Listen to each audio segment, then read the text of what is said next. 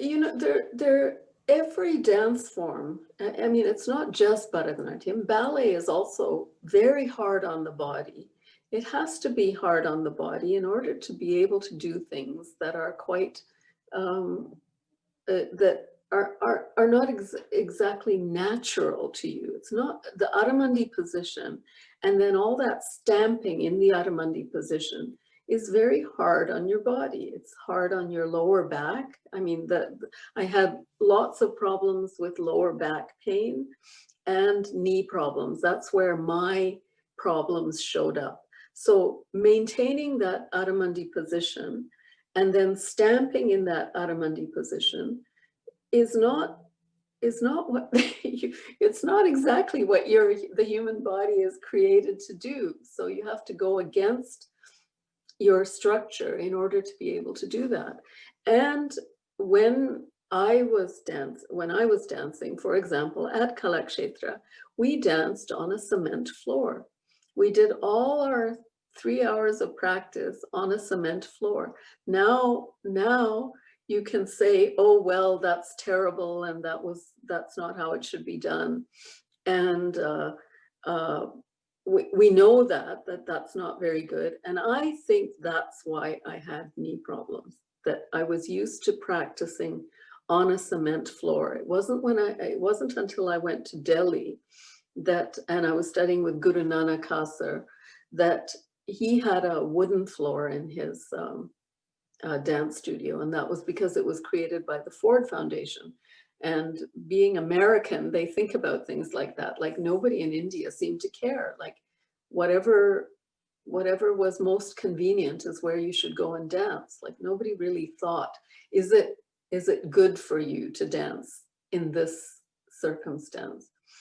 And so when I built my studio here in Toronto, I made sure that I had a sprung floor that was wooden, and that has certainly made a difference to me. Like I can really feel the difference between practicing on a wooden floor and practicing on a cement floor. And you know how it was at SNU. Like they never managed to. They didn't take it seriously, and very few Indian dance studios take it seriously as to what you can do. And I imagine that the original floor was an earth floor, and an earth floor does give you just the right amount of resistance probably, and is not that super hard floor that that doesn't give at all. So a wooden sprung floor or an earthen floor, which is what we have for Kalaripayattu. You know, Kalaripayattu is on an earth floor. And those kinds of things are very, very important to maintaining your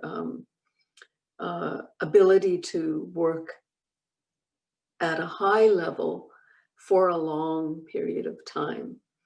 And what you said, warm-ups and cool downs, for me, they're important. I don't know about for anybody else, but for me, it's very important that I be able to be warmed up before I start my practice, because otherwise it's very, very easy to do something that you know, that just gives you a twist or a cramp, or you know, something goes slightly wrong, and then it completely it gets worse and worse rather than better and better. So I'm a firm believer in that. I've always tried to teach my classes in that way,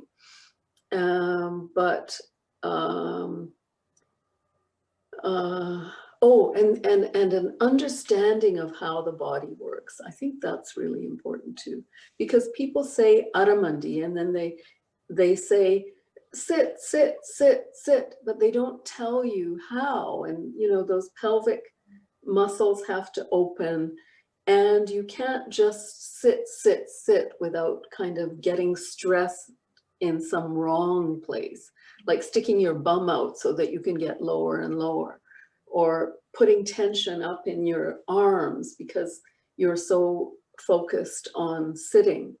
And my Guru Nanak Kasar always used to say, and I think this is a very important one, everybody has their own Aramandi. There is no set Aramandi. This is not like this can be a square and somehow or the other you have to make a square. And anybody can see, you can't possibly make a square. Our femur is longer than the shin bone. So you have to find your Aramandi. And he said, he always used to say, when you find your Aramandi, then you'll be comfortable. You won't be stressed. It won't be like hard work to maintain that Aramandi. And in the same way, the Natya Rambe position is very difficult. It's hard on those muscles. So if you're not strengthening, if you're not doing exercises to maintain that structure, it'll always feel very strenuous. And so that, I think in pedagogy, that's what needs to be stressed to students, that you're not trying to deform your body, but you're trying to find where is that Aramandi in your body.